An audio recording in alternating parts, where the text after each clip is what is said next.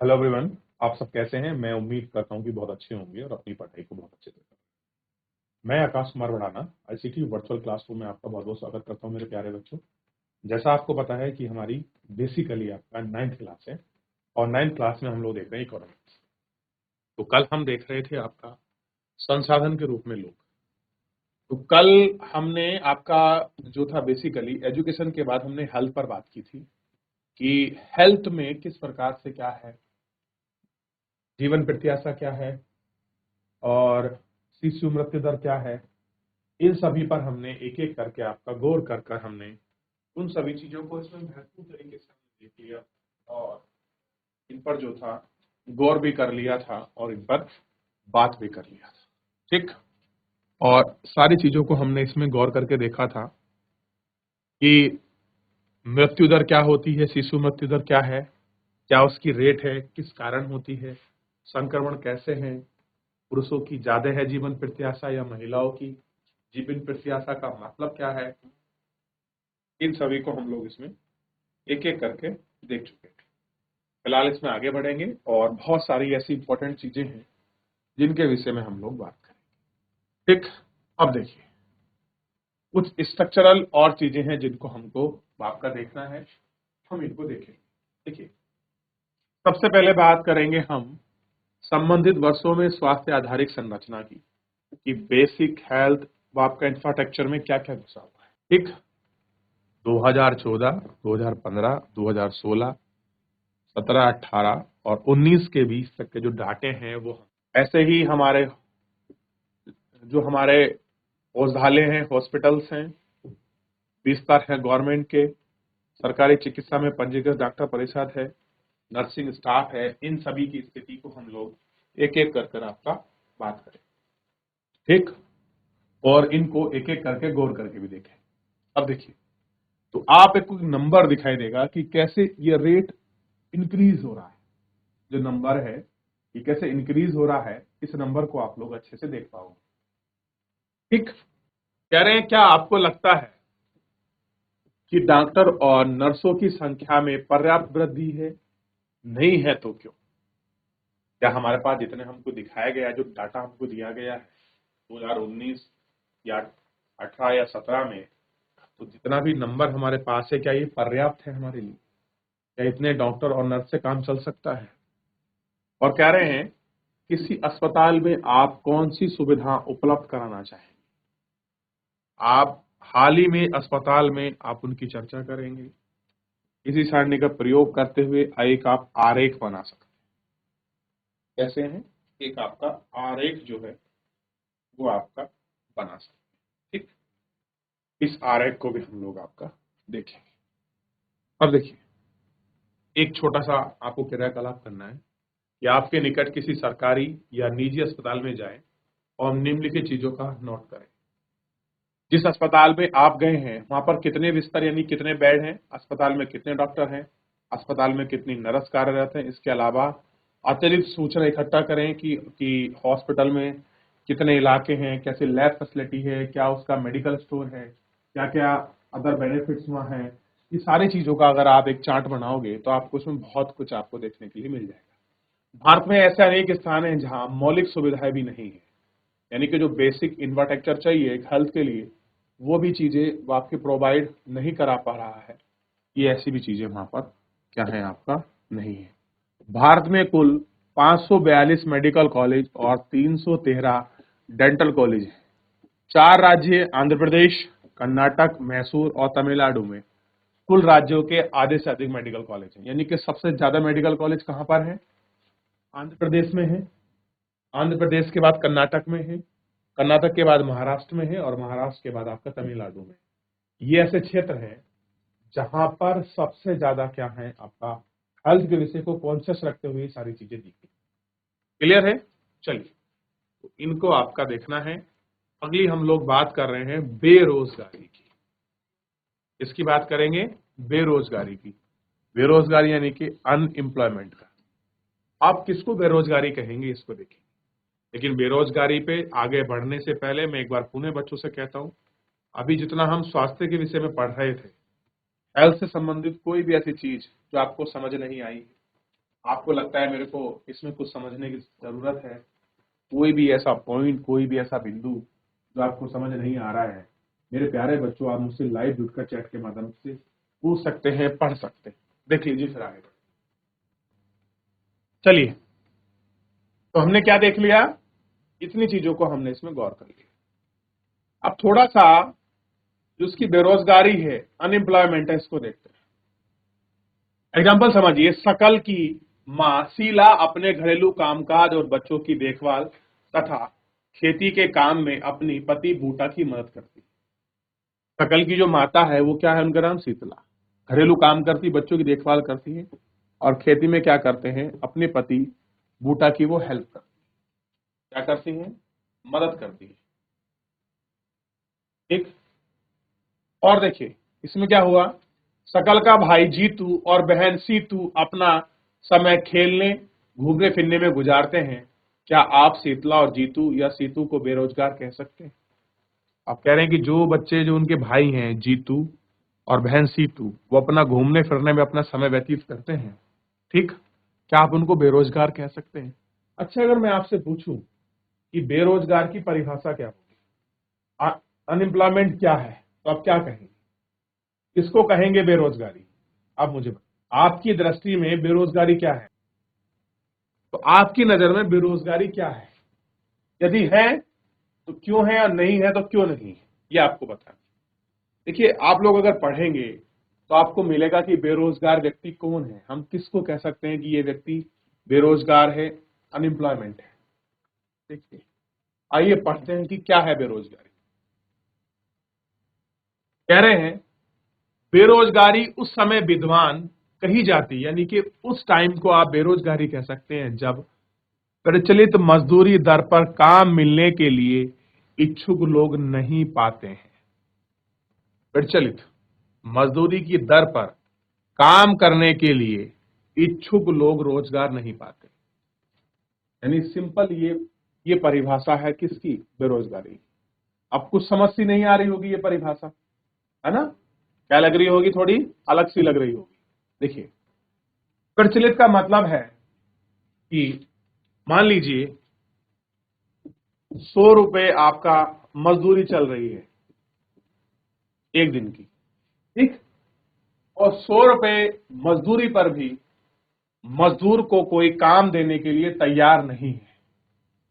मान लीजिए मैं हूं और मैं 100 रुपए दिन में या 100 रुपए महीने में आपके पढ़ाने के लिए तैयार, या कोई भी काम करने के लिए तैयार, तो इस 100 रुपए में भी अगर मेरे को रोजगार नहीं मिल रहा है, इतना वेतन मेरे को नहीं मिल रहा है, या 100 रुपए लायक भी मुझे काम नहीं दे पा रहे हैं, तो उस स्थिति में क्या है, वो व्यक्ति बेरोजगार है। ठीक। और भारत में अनएम्प्लॉयमेंट, बेरोजगारी की एक बहुत बड़ी समस्या हमारे सामने, और हम इसको बड़े अच्छी तरह से फील भी कर सकते हैं और उसको देख भी सकते हैं। शीला की रुचि अपने घर के बाहर काम करने में नहीं थी। जीतू और सीतू बहुत छोटे हैं, उनकी गिनती श्रम शक्ति की जनसंख्या में नहीं हो सकती, और ना ही जीतू और सीतू को बेरोजगार कहा जा सकता है। ऐसा हो सकता है ना, आप उनको बेरोजगार कह सकते। एक, बाल श्रम में वे लोग शामिल किए जाते हैं जिनकी उम्र 15 से 59 के बीच। कैसी है, जिनकी उम्र 15 से 59 के बीच है। सकल के भाई और बहन इस आयु वर्ग में नहीं आते, इसलिए उन्हें बेरोजगार नहीं कहा जा सकता। यानी कि बेरोजगार कौन होगा, जो आपका 15 से ऊपर की एज का हो और 59 की एज के अंडर का हो। ऐसे आयु वर्ग के बीच के जो युवा हैं, हम उनको क्या कहेंगे, बेरोजगार। ठीक। आप अभी पढ़ रहे हैं, आप बेरोजगार नहीं, ये समझ लीजिए, आप अभी बच्चे हैं। ठीक। मान लीजिए अगर कोई 21 साल का लड़का है, लड़की है, कोई 25 साल, 30 साल, 40, 45, अगर कोई काम नहीं पा रहा है किसी भी क्षेत्र में कहीं भी, तो वो क्या है, आपका बेरोजगार है। कैसा है, बेरोजगार है। यह आपको ध्यान देने की आवश्यकता है कि बेरोजगार क्या है और किसकी एज ग्रुप के बीच को हम बेरोजगारी कहेंगे। तो 15 से आपका 59 साल के बीच के जो आयु वर्ग के लोग हैं, अगर उनको काम नहीं मिल रहा है तो वो क्या है, आपका वो मेरे प्यारे बच्चों आपका बेरोजगार है, अनएम्प्लॉयमेंट के शिकार है। ठीक, ये आपको ध्यान रखना है।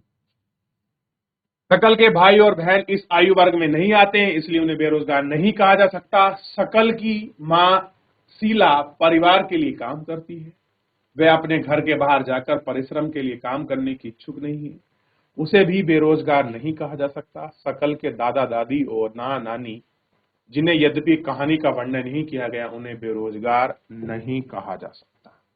क्या नहीं बोल सकते हम उन्हें? बेरोजगार नहीं कह सकते। यानी कि अगर कोई नाना नानी है, किसी के दादा दादी हैं और उनकी एज अगर 60 साल है या कह सकते हैं इससे ऊपर है, तो वो लोग क्या नहीं है?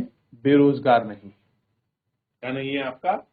बेरोजगार नहीं। तो आपको अनएम्प्लॉयमेंट की कैटेगरी वो बिल्कुल स्पष्ट करना होगा कि क्या है। ठीक, चलिए जीआईसी कोट कंडारा माइक लेकर आप लोग पढ़ेंगे चैप्टर को। है कोई बच्चा? Good morning sir. Very good morning. क्या नाम है आपका? शालिनी बिष्ट। शालिनी। आप यहाँ से पढ़ना शुरू करें, आप पढ़ेंगे फिर उसके बाद में आपका पैराग्राफ में आपको समझाता चलूंगा। पढ़िए। भारत के संदर्भ में ग्रामीण और नगरीय क्षेत्रों में बेरोजगारी है, तथापि ग्रामीण और नगरीय क्षेत्रों में बेरोजगारी की प्रकृति में अंतर है। ग्रामीण क्षेत्रों में मौसमी और प्रच्छन्न बेरोजगारी है। नगरीय क्षेत्रों में अधिकांशतः शिक्षित बेरोजगारी है। मौसमी बेरोजगारी तब होती है जब लोग वर्ष के कुछ महीनों में रोजगार प्राप्त नहीं कर पाते हैं। कृषि पर आश्रित लोग आमतौर पर इस तरह की समस्या से जूझते हैं। वर्ष में कुछ व्यस्त मौसम होते हैं जब बुआई, कटाई, निराई और गहाई होती है। कुछ विशेष महीनों में कृषि पर आश्रित लोगों को अधिक काम नहीं मिल पाता। प्रच्छन्न बेरोजगारी के अंतर्गत लोग नियोजित प्रतीत होते हैं। उनके पास भूखंड होता है जहां उन्हें काम मिलता है। ऐसे प्राय कृषिगत काम में लगे परिजनों में होता है। किसी काम में 5 लोगों की आवश्यकता होती है, लेकिन उसमें 8 लोग लगे होते हैं। इनमें 3 लोग अतिरिक्त हैं। ये तीनों इसी खेत पर काम करते हैं जिस पर 5 लोग काम करते हैं। इन तीनों द्वारा किया गया अंशदान 5 लोगों द्वारा किए गए योगदान में कोई बढ़ोतरी नहीं करता। अगर 3 लोगों को हटा दिया जाए तो खेत की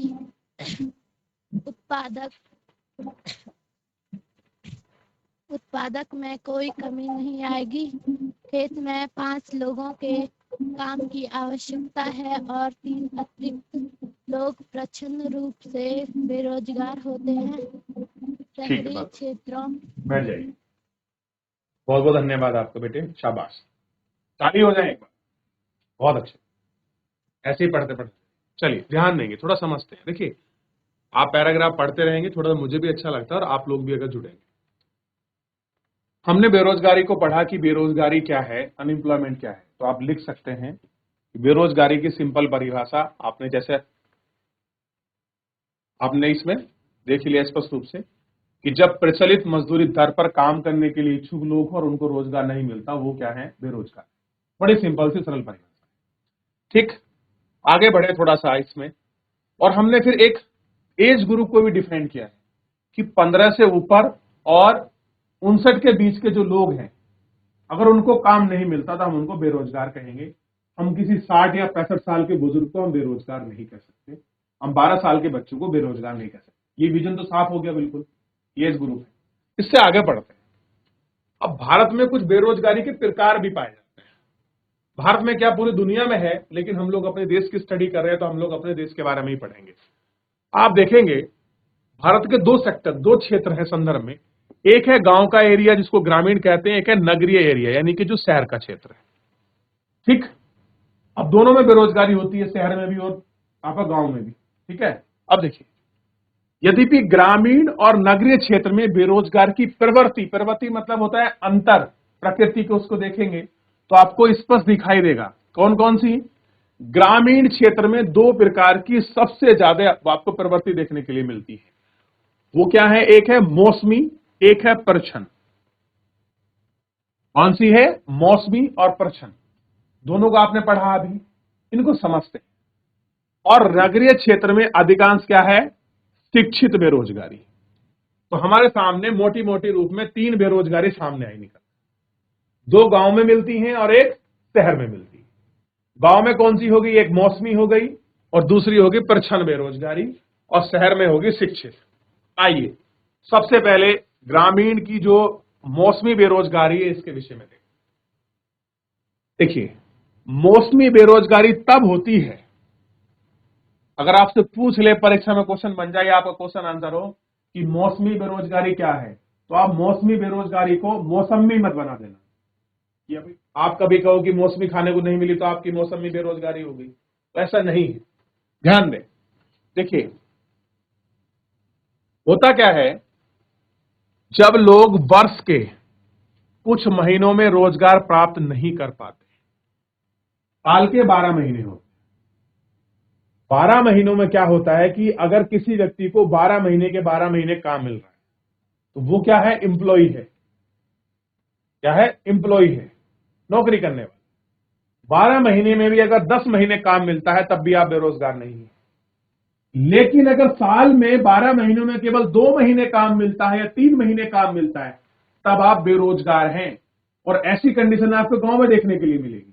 तब कृषि पर आश्रित लोग, यानी कि जिनकी मजदूरी करना कहां कर सकते हैं? केवल कृषि में ही मजदूरी कर सकते हैं।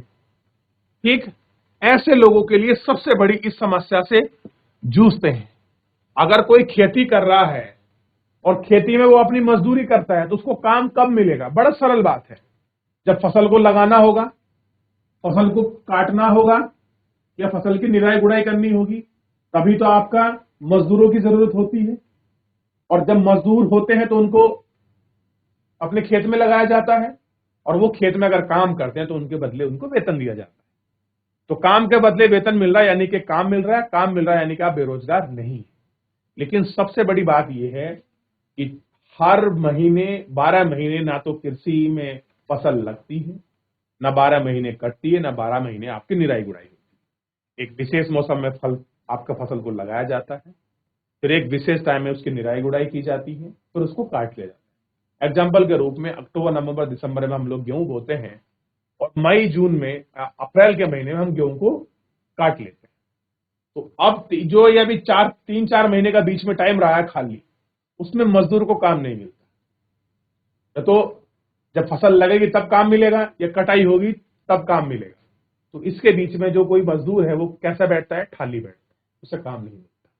तो इसलिए आप देखेंगे कुछ व्यस्त मौसम ही होते हैं, यानी कुछ विशेष मौसम में काम मिलता है। जैसे बुआई, कटाई, निराई गुड़ाई के ही गहराई में काम मिलता है, और कुछ महीने ही आपका कृषि पर लोगों को अधिक काम नहीं मिल पाता। अब देखिए अभी फसल बो जाएंगी, फिर उसके बाद क्या होगा? बरसात का महीना शुरू हो जाएगा, और बरसात में किसान के पास कोई काम नहीं होता, बस बारिश हो रही होती है और उसकी फसल अपना आप बढ़ रही होती है। तो जो लोग कृषि पर आधारित मजदूर हैं तो उनको काम कहां मिला?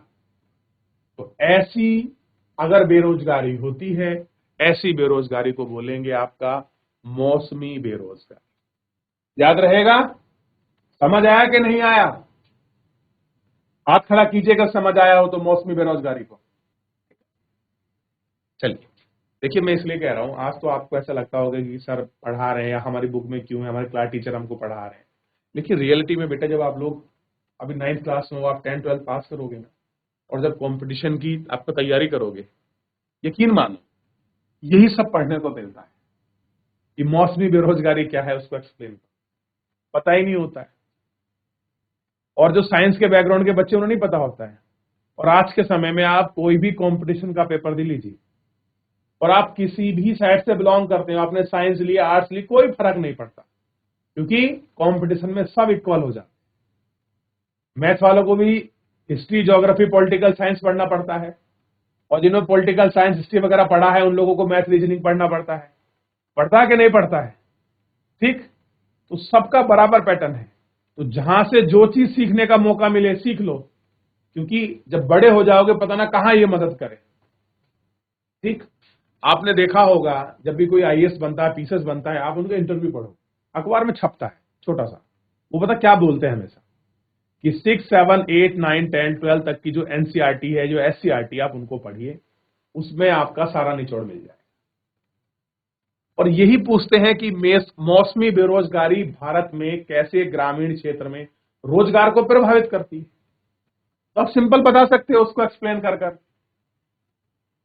वो आपको मुंह देख लेगा कि 9th क्लास के बच्चे मेरे को वो समझा रहे हैं जिसके मैंने फीस दी है, 1-1 लाख रुपए फीस दे रहा हूं, 2-2 लाख रुपए पढ़ने के लिए। ठीक है, चलिए आगे बढ़ते हैं। अब हमने कृषि में एक बेरोजगारी देख ली जिसको बोलते थे मौसमी, अगला नंबर है परिच्छन बेरोजगारी। चलिए उसको ऐसे ही समझते हैं। एग्जाम्पल देखिए, आपका एक खेत है, मान लीजिए 10 नाली, 2 नाली, जितना भी आप मान लीजिए, उस खेत में आपको लगता है कि 5 लोगों की जरूरत है, अधिक से अधिक, कि अगर 5 लोग इसमें लगे हैं तो हमारा खेत का काम पर्याप्त रूप से हो जाए। ठीक, और 5 की जगह 8 लग जाते, या ऐसे समझिए कि अगर एक खेत है और उसमें 5 लोग लगे हैं और उसमें गेहूं बोया गया या चावल बोए गए या राजमा बोया गया और अंततः 10 कुंटल हुआ। कितना हुआ? 10 कुंटल। अब ये क्या हुआ, इस 5 में हमने 3 लोग और ऐड कर दिए। अब 3 गांव के ऐसे आदमी है तुम्हारे घर परिवार के जिन्हें काम नहीं मिल रहा था, उन्होंने कहा भाई बाहर तो कुछ काम है नहीं, अपनी खेती में कुछ कर लेते, तुम्हारी मदद कर देते हैं। तो ये लोग हो गए 8। अब खेत उतना ही है, आदमी 8 हो गए। ठीक, तो जो राजमा 10 कुंटल होना था वो 10 ही होगा, वो 12-15 नहीं हो सकता, क्योंकि जितना जिसका प्रोडक्शन है वो तो उतना ही करेगा ना। अब तुम चाह रहे हो कि आदमी बढ़ जाएंगे तो कम से कम आपका राजमा 10 कुंटल की जगह तो आपका 12-15 कुंटल तो हो ही जाएगा, ये चावल इतना हो जाएगा, जबकि होना नहीं है। तो परिच्छन बेरोजगारी में यही बताया गया है कि जिस कृषि में या जिस काम में 5 लोगों की आवश्यकता है, हमने वहां लोग 8 या 7 लगा रखे हैं और उत्पादकता पर, प्रोडक्शन पर कोई प्रभाव नहीं पड़ता, तो ऐसे लगे लोगों को हम परिच्छन बेरोजगार, यानी जिनकी जरूरत नहीं है फिर भी वह काम कर रहे हैं और उत्पादन आपका नहीं बढ़ रहा है। इस चीज को आप बहुत अच्छे से 12th क्लास में पढ़ेंगे इकोनॉमिक्स के आपके चैप्टर में। ठीक, जब समष्टि अर्थशास्त्र हम लोग आपका पढ़ेंगे तो उसमें आपका प्रोडक्शन का आपका सिस्टम आएगा, क्लियर है, उसमें आपको समझ आए कि अगर हम पैसा लगाते हैं, लागत लगाते हैं और आपके एम्प्लॉय बढ़ाते हैं तो हमारे प्रोडक्शन में कितना फर्क पड़ेगा। ठीक, तो ये हमको ध्यान रखना है कि परिच्छन बेरोजगारी क्या है, कि जहां 3 लोगों की आवश्यकता है वहां पर 5 लोग काम कर रहे हैं और उत्पादन में कोई वृद्धि नहीं हो रही, तो ऐसी को हम क्या बोलते हैं, परिच्छन बेरोजगारी कहते हैं। और ये हमको कृषि क्षेत्र में देखने के लिए मिलती है। कहां मिलती है मेरे प्यारे बच्चों? कृषि क्षेत्र में देखने के लिए मिलती है। तो परिच्छन बेरोजगारी समझ आई कि नहीं आई? आई है ना? चलिए हाथ खड़ा कीजिए, कितने बच्चों को समझ आई? बहुत बढ़िया। चलिए, तो हमने क्या करा, हमने कृषि में और ग्रामीण क्षेत्र में मौसमी बेरोजगारी और आपका बेसिकली परिच्छन बेरोजगारी के विषय में हमने पूरा पढ़ लिया। ठीक, अब ये ग्रामीण क्षेत्र में बेरोजगारी थी, इसको हमने देख लिया। अब हम बात करेंगे शहरी क्षेत्र के मामले में, इसलिए मैंने पैराग्राफ पढ़ने से बच्ची को रोक दिया था ताकि हम ग्रामीण क्षेत्र की पूरी चीजों को पढ़ लें, तो ही हम आपका शहरी पर आए। अब कौन बच्चा है वॉलेंटरी जो आपका खड़ा होकर पढ़ेगा, जीआईसी कोट कंडारा से या जीएचएस रामनगर से? कोई भी एक बच्चा खड़ा हो जाए। Good morning sir. Very good morning. क्या नाम है आपका? दीक्षा। दीक्षा, चलो दीक्षा पढ़े बेटे। शहरी क्षेत्रों के मामले में शिक्षित बेरोजगारी एक सामान्य परिघटना बन गई है। मैट्रिक, स्नातक और स्नातकोत्तर डिग्रीधारी अनेक युवक रोजगार पाने में असमर्थ हैं। एक अध्ययन में यह बात सामने आई है कि मैट्रिक की तुलना में स्नातक और स्नातकोत्तर युवकों में बेरोजगारी अधिक तेजी से बढ़ी है। एक विरोधाभासी जनशक्ति स्थिति सामने आई है कि कुछ विशेष श्रेणियों में जनशक्ति के आधिक्य के साथ ही कुछ अन्य श्रेणियों में जनशक्ति की कमी विद्यमान है। एक और तकनीकी अर्हता प्राप्त लोगों के बीच बेरोजगारी है, तो दूसरी ओर आर्थिक समृद्धि के लिए आवश्यक तकनीकी कौशल की कमी भी है। बेरोजगारी से जनशक्ति संसाधन की बर्बादी होती है, युवकों में निराशा और हताशा की भावना होती है, लोगों के पास अपने परिवार का भरण पोषण करने के लिए पर्याप्त मुद्रा नहीं होती, शिक्षित लोगों के साथ जो कार्य करने के इच्छुक हैं और सार्थक रोजगार प्राप्त करने में समर्थ नहीं है। यह एक बड़ा सामाजिक अपव्यय है। बेरोजगारी बैठ से जाइए। आर्थिक बोझ में वृद्धि। बहुत अच्छे बेटे, आप बैठ जाइए। चलिए,